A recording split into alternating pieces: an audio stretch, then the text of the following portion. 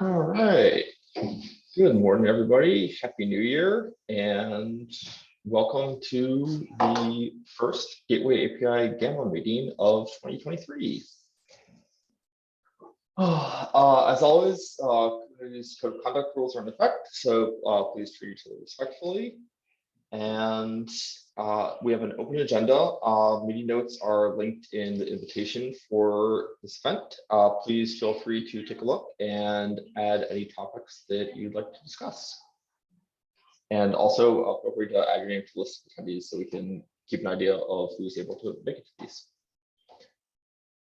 All right. With that, Keith, do you want to start with Gateway API mesh conformance tests? Sure. I was hoping John would be here to be able to give more context, but he apparently can't make it. So the last action item that we had a few meetings ago, I think a couple of months ago before holidays got crazy, was we kind of moved to have Gateway API utilize the backbone of the Istio end-to-end test framework in order to do mesh conformance testing. They have like specialized images to do different kinds of requests and things like that that'd be helpful down the road. And there's somebody at Google or the Istio project who was taking care of that. They've since moved on to a different project and no longer doing the conformance test. So John's trying to find somebody to work on that internally. But in the meantime, I've kind of said I'll go spelunking through a new code base and try to pull some stuff together. So wanted to just let everybody know that I'm doing that. It's fairly complex, and I'm doing the exercise of trying to make it work while not adding a bunch of complexity into the Gateway API testing code base. So it'll take me maybe a little bit, but it is we are moving forward with that. So there should be a PR coming from me somewhere in the next couple of weeks, assuming the sky doesn't fall and more things have to happen. So yeah, any questions or comments on mesh conformance testing in general? This is kind of a broad question, but as we start getting the conformance tests, we'll probably need to be more explicit about like different conformance levels or channels for Gamma stuff. I know right now we've basically we're in the experimental channel for the foreseeable future. We should probably firm that up as we approach the Gateway API 0.7 release, where we actually I think we'll be officially part of it. We had the API review in 0.6 and it was just information only basically. So basically being explicit about experimental channel and conformance levels. I think this kind of came up with the topic I want to get to next, the client side routing, but basically differentiating between what is core Gamma functionality and what is potentially extended functionality that should behave according to part of the spec if an implementation chooses to support it, but knowing that not all implementations may support it. And then obviously custom is not covered by tests, but the gap between core and experimental is something that we definitely want to figure out a little bit. Yeah, I agree. This feels like a conversation for the main Gateway API meeting, because I almost feel like when it comes to Gamma, there, like you said, there is some gray area, and we might end up splitting off and having maybe a separate category or another category within Gateway API for these kind of gated work streams. The vocabulary is lacking for a lot of what we're trying to do. But at minimum, I think we need to be able to specify with whatever levels we need, the expected level of support with Gamma, and the expected level of conformance for implementations from both customer side as well as customer and implementation side. And if we can do that with what exists in Gateway API now, then great. I don't know that we're able to at the moment. So maybe I'll take an action item to add an agenda item to next week's Gateway API meeting on Monday, and we can discuss there if there aren't any more pressing topics. So I'll take that action item. Thanks, that sounds good. Anything else that we want to cover on performance tests? Thanks for the update, by the way.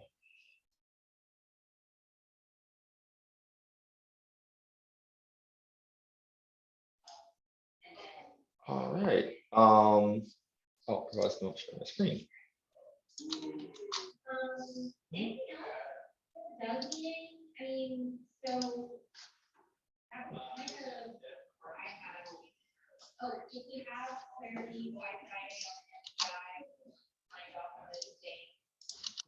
I'm glad to see that in the notes because I could have sworn Keith said he was going to create an agenda topic for next month's Gateway API meeting. I did. I tried to correct it and apparently failed. So it actually is next week then. Cool. Yes, next week. I'm not waiting a month to make an agenda item. I was a little confused about that. I'm not going to lie.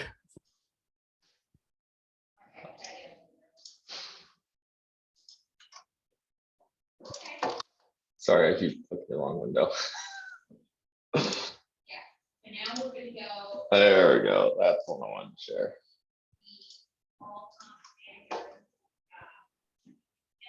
All right.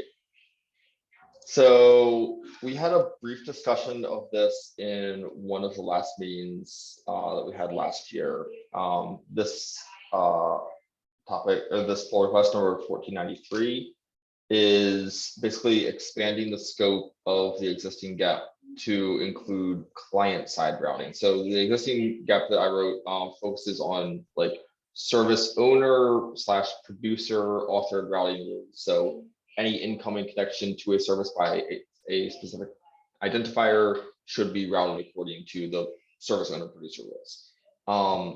This pull request expands the scope of that to allow client-side rules to there's two things. I think the initial immediate proposal is they should supersede and the parent rule should not apply. There was an interest in eventually figuring out some kind of merge logic. But then kind of in the last minute, and I didn't really get much of a chance to follow up on this at the end of last year, it sounded like this would be prohibitively difficult or performance expensive for Istio, and they may not be interested in implementing this in its current form anyway. So this, I kind of just wanted to like check in on if folks had thoughts as to the status of this, if this is something that we should still try to move forward, if we should put it in an icebox or something like that to revisit later, or what general thoughts were. And I was hoping to hear from somebody from Istio to get a little more context on what they're looking at, but also other implementations if you have thoughts as well.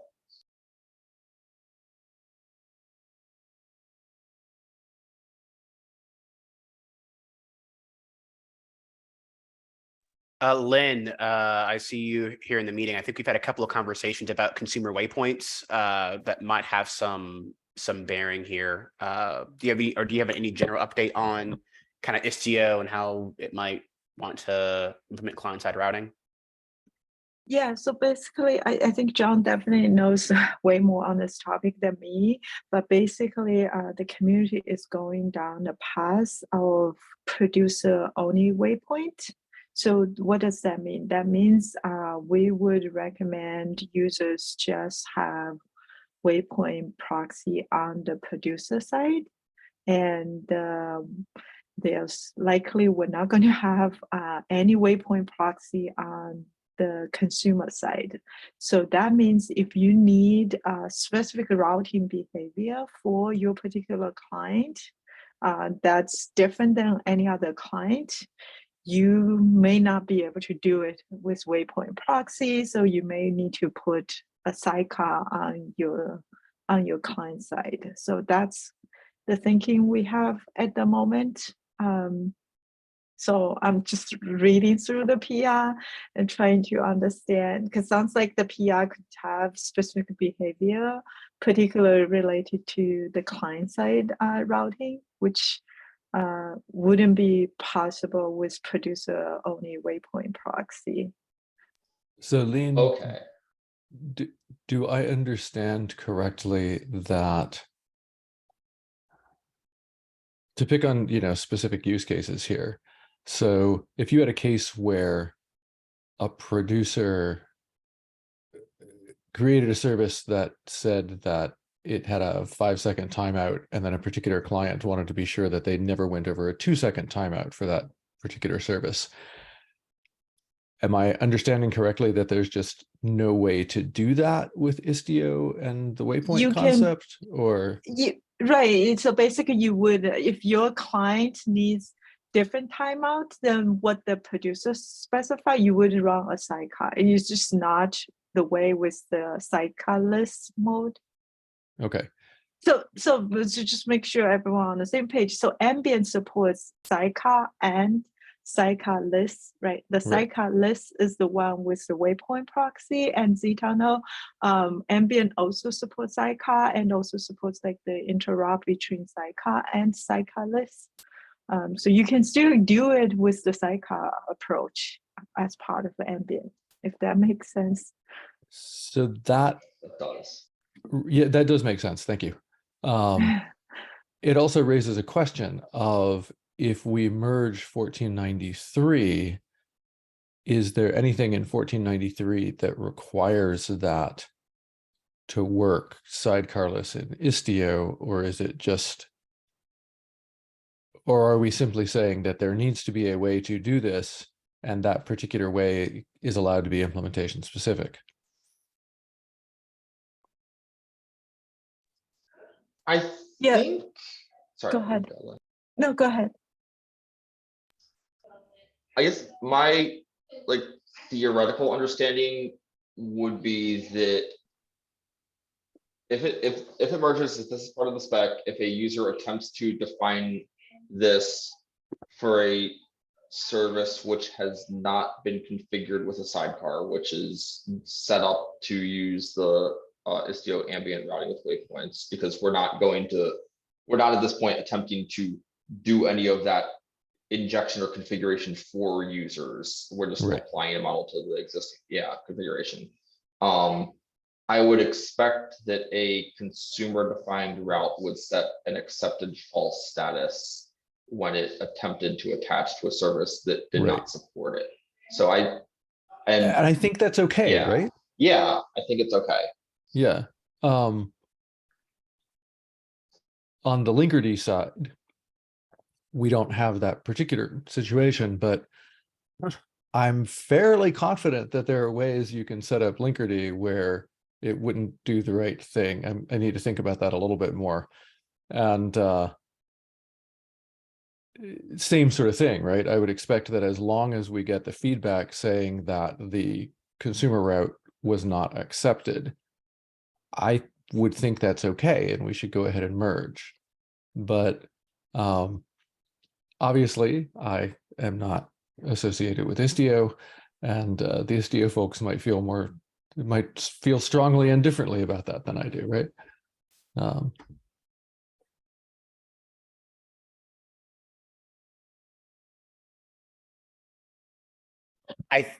I see Mike Beaumont here from Kuma, I believe. I remember seeing some comments in the PR. Interested to see where Kuma lands on the client side routing question. Yeah, I mean, I think the PR as is something that is definitely implementable by Kuma. I mean, I mentioned my concerns, but that's more about like what we do for a next step. So yeah, we don't have any issues with the PR as is. Okay. Yeah. So Yeah, now I like to have John weigh in too.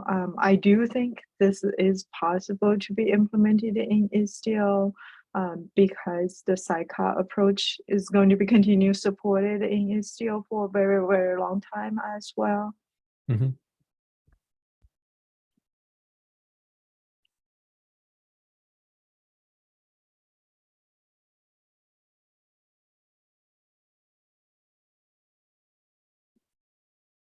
I'm also, I mean, I don't see a lot of reason to push this one before we get to hear from John either, right? Because presumably Yeah. we'll be able to hear from him next week anyway.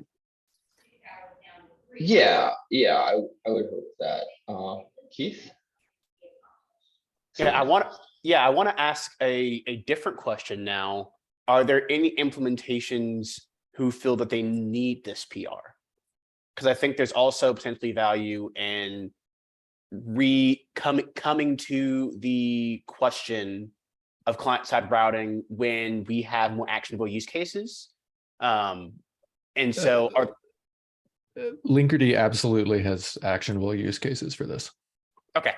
okay, that's what I wanted to confirm. So, okay, Not like, you know, not actionable in the sense of, oh my God, this has to land tomorrow, but in the sense that this is a thing that Linkerd can do, and it's very important to us to make sure that Gamma can support this, you know, this idea where you can have a producer route and also override it from the client side, because that's extremely common in Linkerd's world.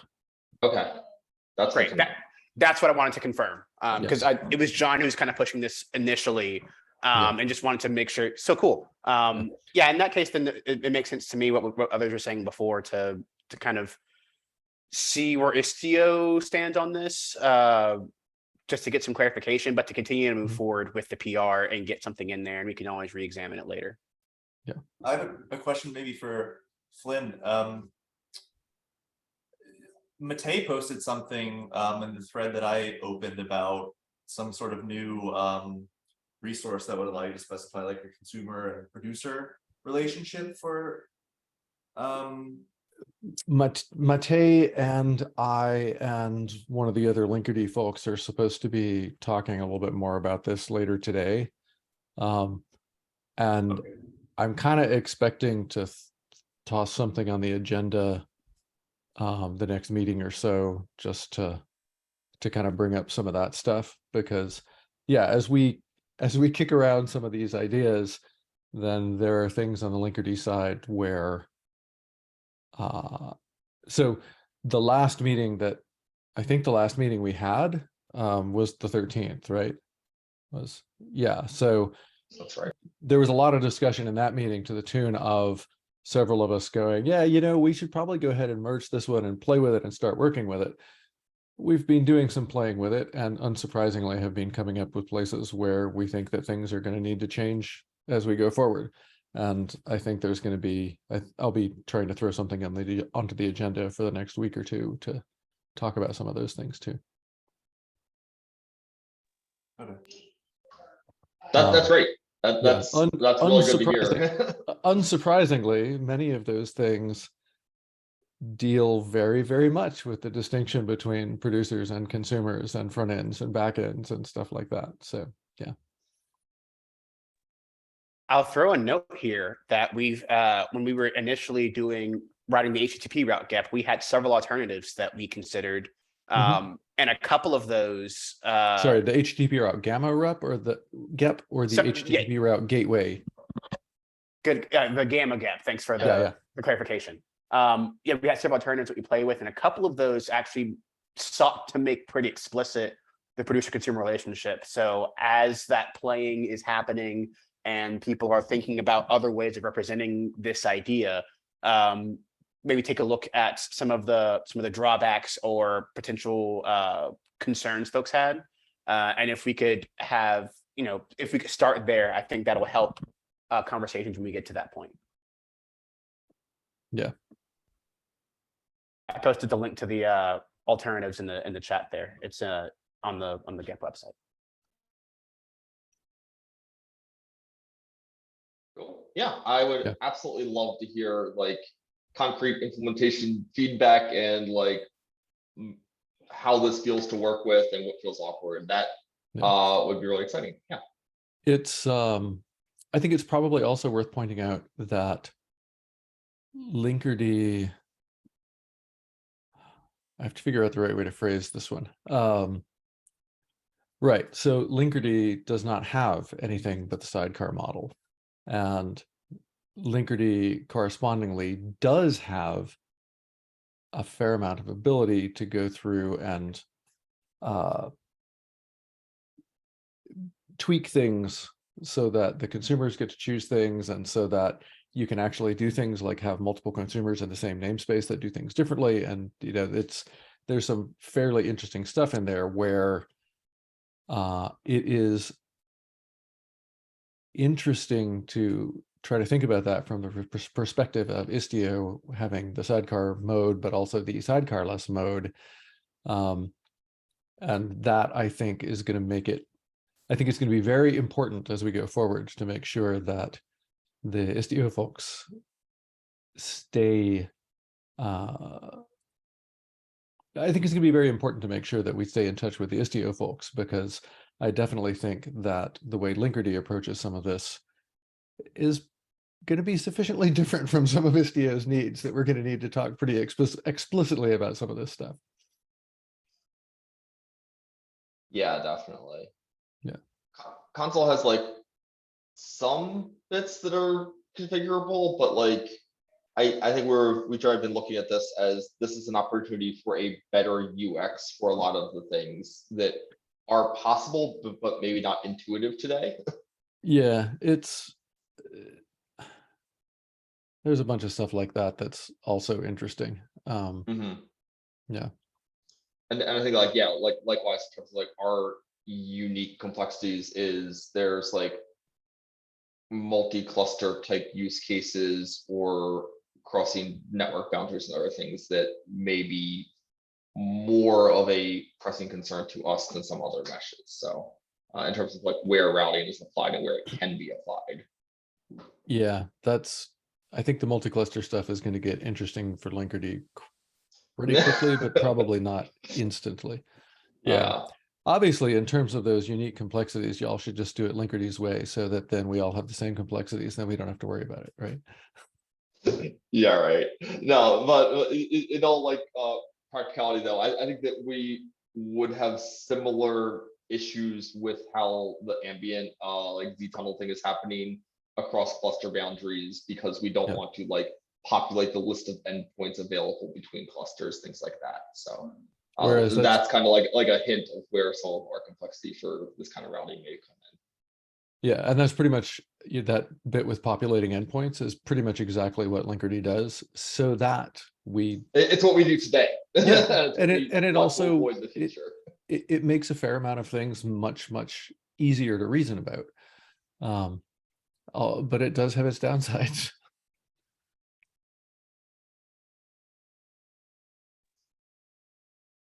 All right. Thanks for the discussion on this. It feels like we've been able to like explore this a bit more in depth, and hopefully hearing in more detail from John and Istio folks soon. Yeah, I guess kind of just wanted to, unless anybody else has other items to add to the agenda, kind of wanted to wrap this up on a like open-ended goals for the new year. What are people interested in focusing on and trying to accomplish with Gamma stuff, whether that be just like shipping it in a 0.7 release and like getting it out there, or implementation goals for your respective meshes, whatever it may be.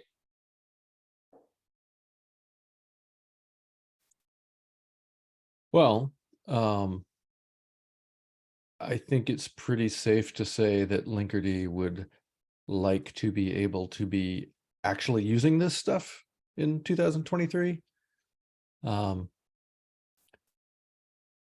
In a more cold-hearted, practical way, the thing that absolutely needs to happen is for us to decide that we will be able to use it or that we won't be able to use it. And I personally would prefer that that decision be made in the will direction. Actually, everybody working with Linkerd would prefer that decision to be made in the will direction. And you know, there's a certain amount of optimism there. But I think that's the immediate perspective from our point of view, is that, yeah, there's stuff that Linkerd needs to learn how to do and needs to be able to do, and we would rather use Gateway API for that as opposed to creating entirely new stuff.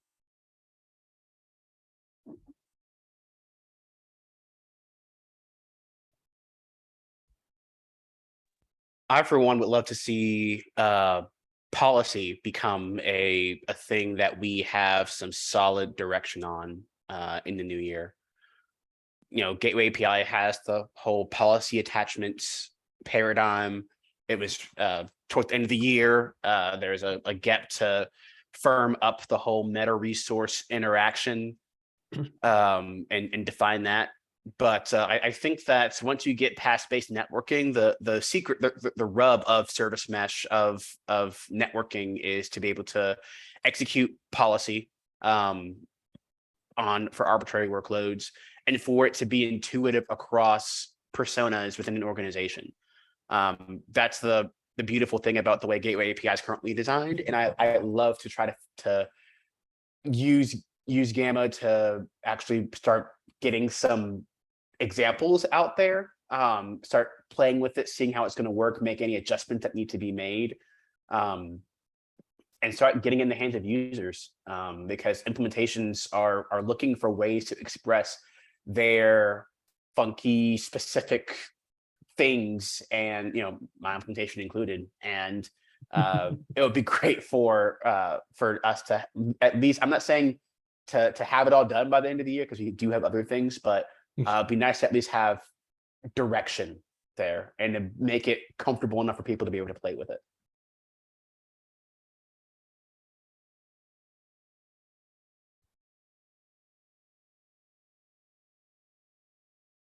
Honestly, just nailing down that policy attachment and meta resource thing by the end of the year is, I would consider that an accomplishment. Definitely. Yeah, I guess like personal goal for our implementation is I would love to see console has a fair bit of work to do to be able to implement this routing model, but I would love to see us be able to offer this in an experimental capacity at some point, probably closer towards the end of the year. But that's something that I'm hoping to be able to drive internally, is to get us to be able to actually implement Gamma.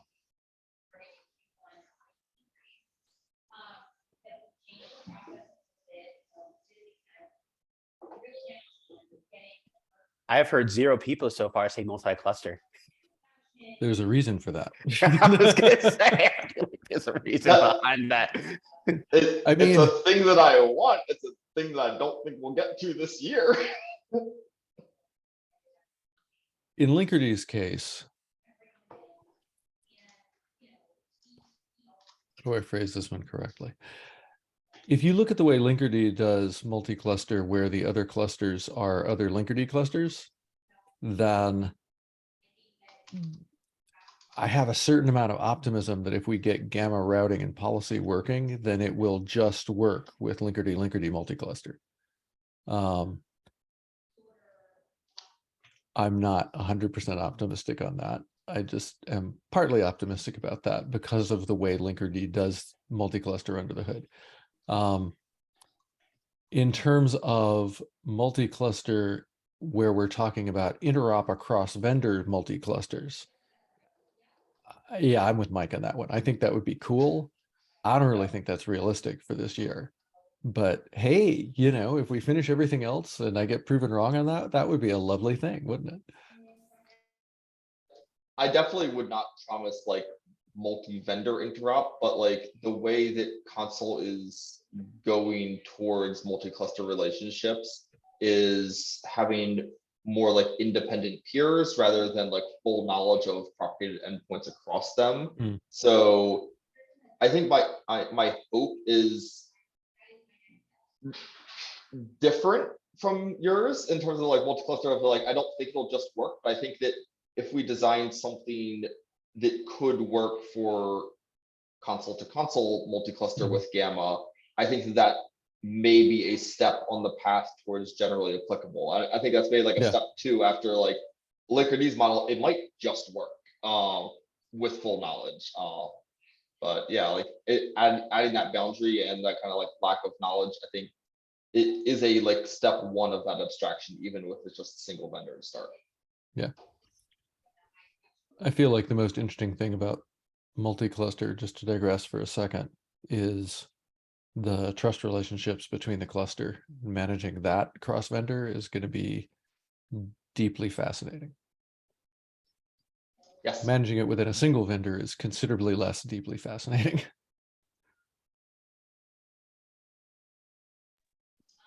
Agreed on everything that y'all have said. I think my gluttonous goal for this year when it comes to multi-cluster is Say to optimistic stretch goal, not there we go. Optimistic stretch goal for this year when it comes to multi-cluster is to start, and some of y'all may already be doing this, but I want to start getting a bit more aligned with the MCS or I guess the SIG multi-cluster work, because there's some interesting things happening there with like the work API on the scheduling side with cluster info. There's like the cluster properties. I forget what it's called. But there's resources there describing things about your cluster that multiple vendors are using to create multi-cluster experiences and things like that. And I think to Flynn's point about things like trust domain, things like cluster having unique names for clusters. We already, the service import, service export flow is already fairly well defined. If we've already built service import, service export as like valid kinds within some of the gateway API resources. I think if there's, I want to start creating a slightly smaller feedback loop between us and that SIG, to where if we see a resource that has potential for work we want to do like in the next year for multi-cluster, that we already are aware of those conversations, not necessarily involved, but at least aware of those conversations, and they're aware that we're aware of those conversations, and we get pulled into the appropriate rooms. Yeah, I think that's my optimistic stretch goal.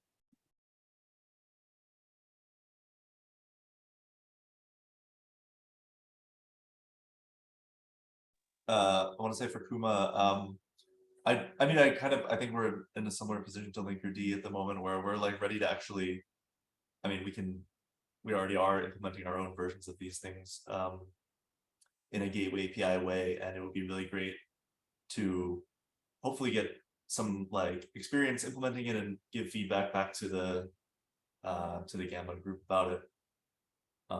So that's kind of our goal for this year, I guess.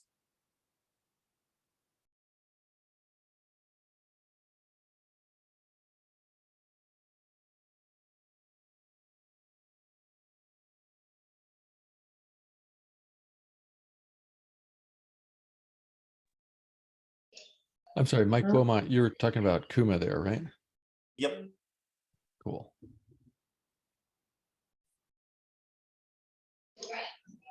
All right. I have one. Yeah, I have Yeah. comments on the multi-cluster. I see, how do I phrase this? I'm seeing a pattern, a design pattern that which is more scalable for multi-cluster is where there is like a config cluster, which will take care of all the plumbing of these, using gateway API, and for all the worker cluster. So in that sense, I'm not sure how closely it's modeled to the multi-MCS construct. So it's more like you define your networking topology things in the config cluster, your mesh the HTTP route where the worker cluster just inherited. And the worker cluster, the responsibility of worker cluster is basically just handle the local endpoint and within individual cluster, and between cluster, between worker cluster, there's no communication with each other. I find that pattern seems more scalable for multi-cluster. Because if you start importing endpoints from every single cluster, I see there may be a scalability issue that, yeah. Liwan, are you saying that the config cluster, worker cluster model is the way Amazon already does this? Or are you suggesting that as a new design pattern? I'm not saying it's new. I've seen people already doing that. I think we also, on Amazon, we also have this, I think, before Gateway API, we have this design pattern as well. Now with the new service, AWS service, VPC lattice that we introduced in reInvent, we are definitely able to basically VPC lattice is something sitting inside the cloud provider, which is cluster agnostic. So the idea of what we see is the config cluster will programming all the things, whatever necessary data plane, the VPC lattice, and the worker cluster, the responsibility of worker cluster, just report endpoint to the VPC lattice data plane to say, hey, here's the endpoint for this service, here's another endpoint for this service. So in that particular case, there's no point of import, no point of peer-to-peer kind of like, control message exchange to say, hey, I have these 2,000 endpoint, I have these 10,000 endpoint between cluster. They just directly, they will basically the control plane on each cluster, they just reconcile on the endpoint on this cluster itself locally and program the VPC lattice fabric. So that's what I see, when Keith, you brought up the MCS architecture peer-to-peer model. I feel there's some friction over there versus we're more like a hub spoke model and where the config cluster has more, the operator on config cluster programming the, multi-cluster wide resources, where each operator in each cluster just configure the cluster local related resources like endpoint. And Yeah, that's a good point. And like that's something that I've seen as well. The hub and spoke model on Azure, our Azure Fleet product uses the hub spoke model, but it still looks extremely similar to multi-cluster service. It uses service import and service export, but that's pushed to those configs are pushed to the worker clusters as well.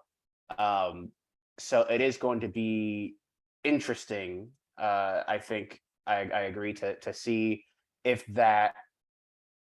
I think the model is already prevalent, but it's going to be interesting to see if SIG multi-cluster does any pivoting, because several of us were there at KubeCon for the SIG multi, or it was Contrib Summit for the SIG multi-cluster meeting. Yeah. I think I was there with Mike and a couple of others, and they're looking into other problems like scheduling and things like that. And there's several questions about, okay, namespace sameness is great, but what about the non-namespace sameness clusters? And there may be a change in the next couple of years. I think I have a feeling to fall more in line with our customers actually want to use their clusters, as opposed to the abstractions that that MCS assumes.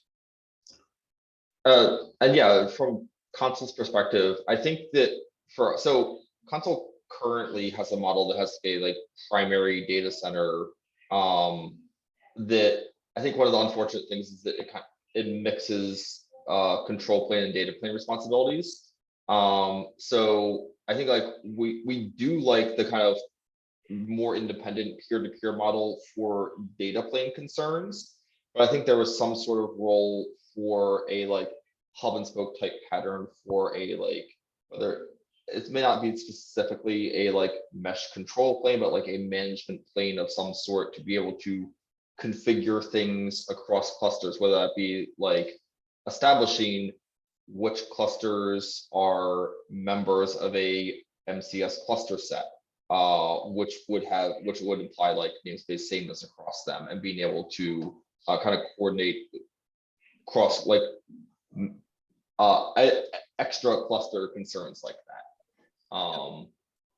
Yeah, so but definitely like wanting to keep that management type hub concerns out of the data plane, out of the kind of like data paths. So having direct service connectivity between those worker clusters is kind of like where we see it going. But definitely, I think there's a lot here to explore, and yeah, looking forward to kind of like digging into this as we keep moving.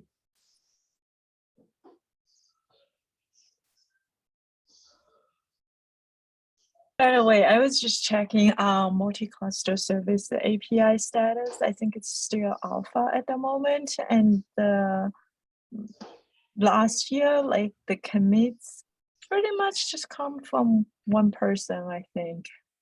So yeah, so I'm not sure it's been, the reason I'm asking is in Istio, it was implemented for a long time and it was still dark launched, and I haven't heard much people talking about it.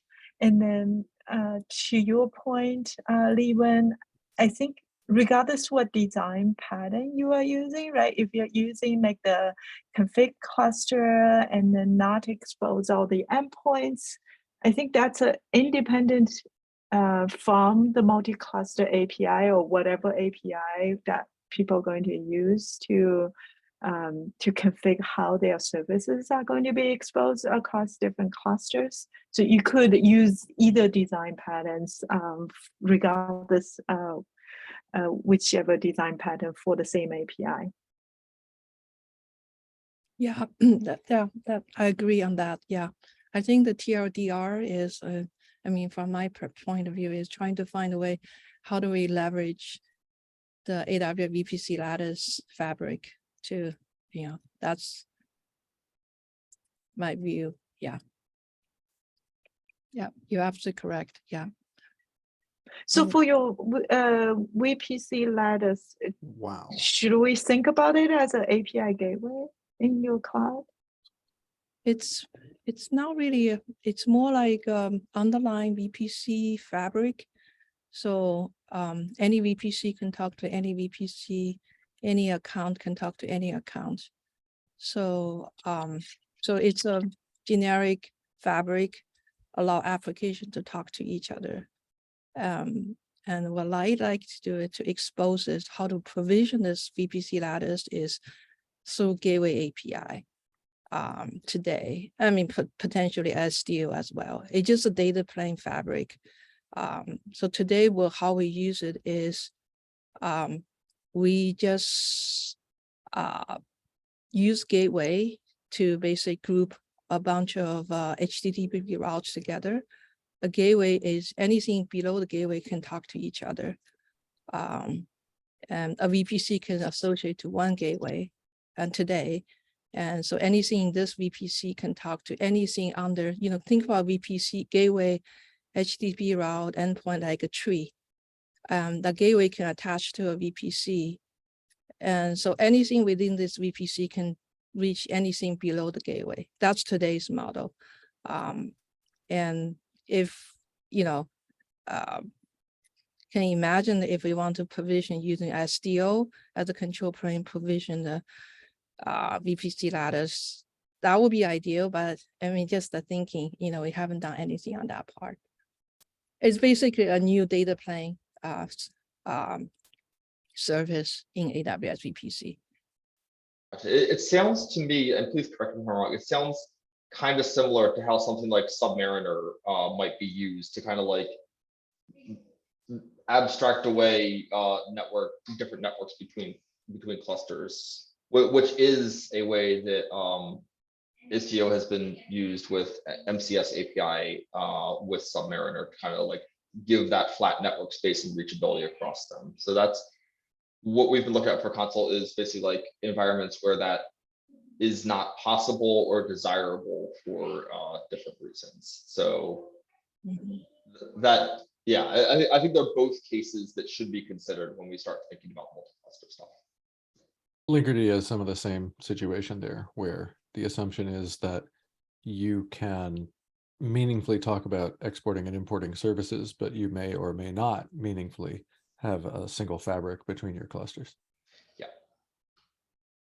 There's also, to my way of thinking, the 4-person startup case comes into this a little bit too, where it's entirely possible to get to a place with a small team where you go, oh, holy crap, we should actually be running 2 clusters here. But instantly having to go from 1 to 3 can be a little challenging, even though it might be something that you very much realize you need to do later. So, you know, having having some sense of both of those and not ruling out either one, I think is probably a good idea.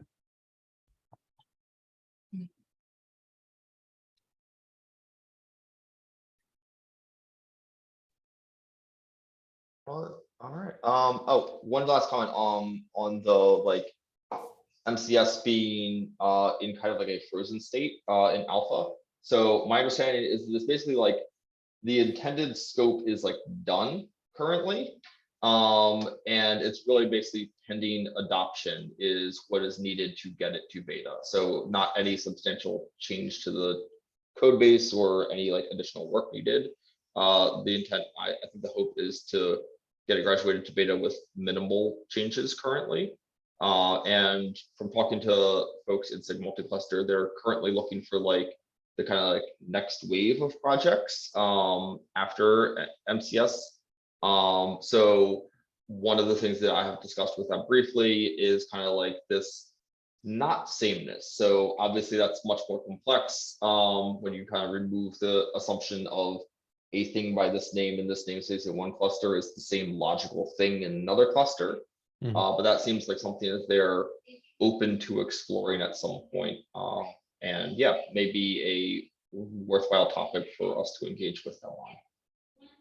The reason that I found it interesting to look at the GitHub repo just now was that it hasn't gone to beta, but it also hasn't been changed in 2 years. So that kind of makes me wonder, okay, so what's going on in here? And the answer could very well be that just taking it to beta hasn't been anybody's priority, but yeah, it makes me a little curious. I think some of it is just that it's early. Sorry, say again? I'm sorry. I'll say again, and then I want to let Lou on. Yeah, go ahead. Sorry, Lynn. No, you go ahead. Just that I think it's kind of early. It's that the spec happened before a lot of meshes were ready to adopt it, were ready to implement it. Like we were still working on kind of like lower level concerns. And I think it's just now we're starting to see customers asking us, how do I do this? And actually starting to see that demand build up to the point where it makes sense for us to start prioritizing this in the new year. Gotcha. Sorry, Lynn, you were going to say? Yeah, I was just going to say, I mean, I've noticed something odd with this spec as well. I think it was implemented in Istio almost 2 years ago now, and it was stock launch. It was marked as like an experimental feature. And I think Google was the initial contributor, contribute this, but after that was initial implement, no one was using it. There was no promotion regarding it. There was no, nobody was talking about this feature in Istio basically.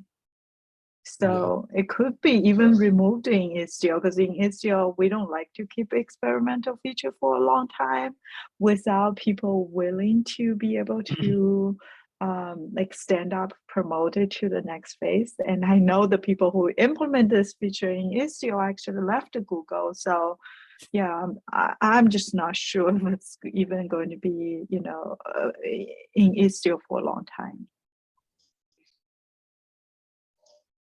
Keith? Keith?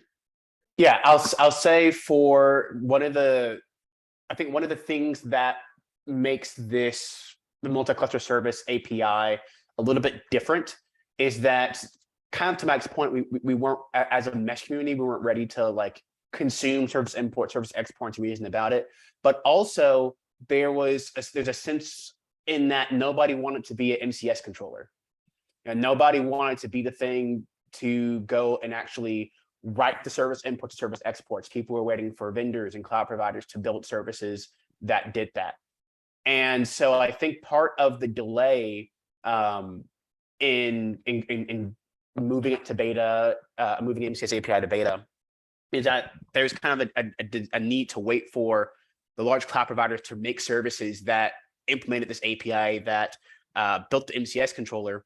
I'll say on the OSM side, and trying to build our multi-cluster service functionality, just getting an environment set up to test it can be fairly difficult, because you've got Submariner or you've got Karmada, and not all of those are super easy to use in like a CI context, depending on on your. I'm sure everybody here has got some different experiences with that. That's a remarkable understatement, Keith. just a bit. So my point is, I think I certainly would like to check in with multi-cluster and see what their POV is on the status of the MCS API. But I do think there is an element of waiting for in general, very large companies to make pretty big changes to how they reason about multi-cluster services. Some companies may have even had things that were in process, in motion when this came out, and had to pivot. And we're just seeing, like, Azure's Fleet just released, I think mid last year, and we're getting feedback. So the feedback loop is a bit longer, because you have to wait for vendors have to wait for customers to get feedback.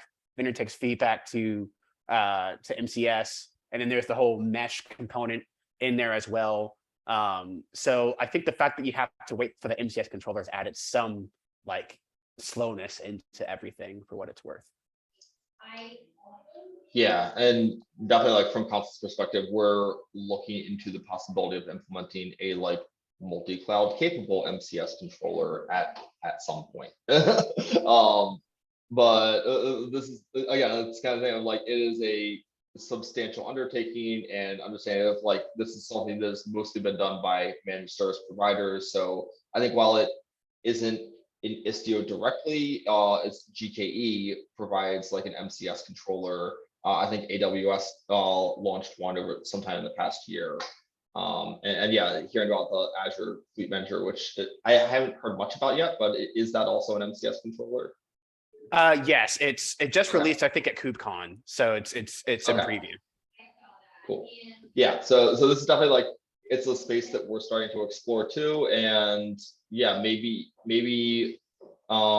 just getting some of the folks together that have started working on this to kind of like figure out what's working well, and kind of like what they see as path forward for it would be good, as they like get those folks into SIG multi-cluster and talking to folks if there is a desire to advance and promote the spec and try to drive adoption of it, or if there's like gaps or changes that need to happen to it.